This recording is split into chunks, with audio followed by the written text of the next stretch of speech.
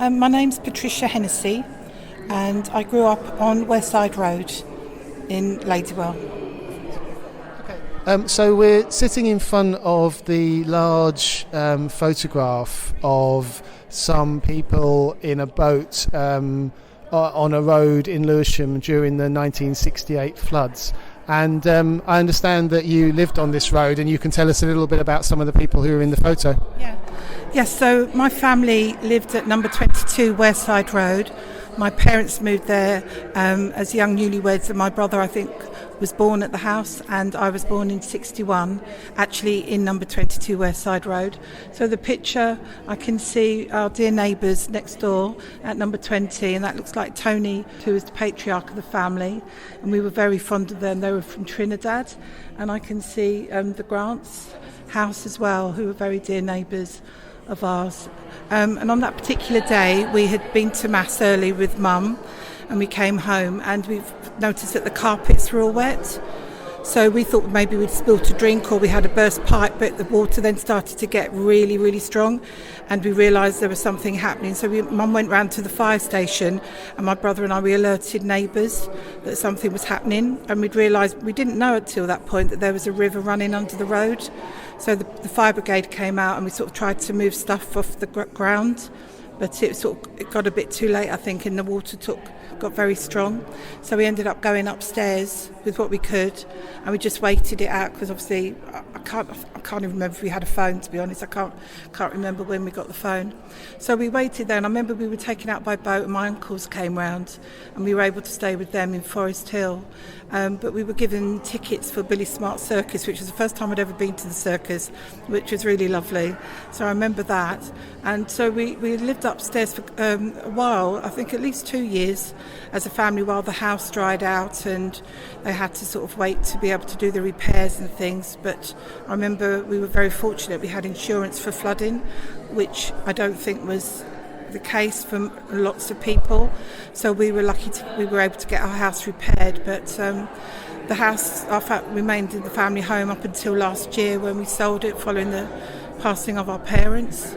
So it was an end of an era, but it was a very happy road with lots of families that grew up and grew old there. So, we often meet people that grew up on the road, and it was a lovely place to grow up on. It was a very harmonious street. But the floods in particular have always been a source of excitement, and a lot of grim things that came flooding in, like dead Jack Russells and all sorts of weird things. But it was a bit of an adventure, really, as a child. You just sort of remember it's an adventure. Did you see it in that? I mean, it's hard to say, isn't it, because you remember things differently as an adult. But did you feel? Were you scared at all? Was it exciting? Did you feel in danger at any time, or was it more just a childish kind of, well, look, there's so much water? Yeah, I think it was more an adventure for me. I mean, my dad was very good at always making you feel safe. So he was a big Irishman, and he always made you feel safe. So as a child, you never felt scared at all. But the neighbours were very sort of good to each other. It was all on sort of formal terms, like wasn't sort of first name terms. But it was lovely. So no, I didn't feel scared. It obviously got difficult when you live upstairs and you're all sort of sharing half house. But it was fine. It was just a question of patience and adapting, really, which my parents were very good at. Just working with the difficulty. What did your parents do for a living? Yeah, sure. Well, my dad had many jobs. When he first came over from Ireland, he worked in Battersea Gas Power Station.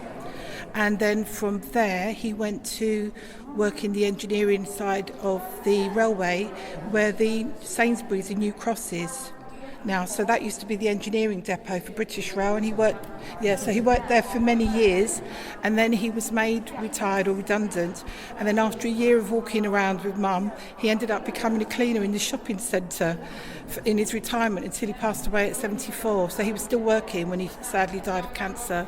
So yeah, he loved working in the shopping centre. He was in his element, and he got some friends in retirement as well, some other Irish friends of his, and one was collecting trolleys, and they were having a great time. lots of people to talk to. Oh God, Did he yeah. like to talk to people? Oh, he knew everyone. Dad knew everyone. You know. And they knew him, I'm sure. Well, the Irish community was very strong in Lewisham, very rooted, and it's a very close community. So everyone knew everyone, and he was great for passing on messages. He'd say, "Pat, I saw so and so. You need to give him a ring," or he'd speak to my brother, "Tom, you need to get in touch with so and so." So he really was the news station.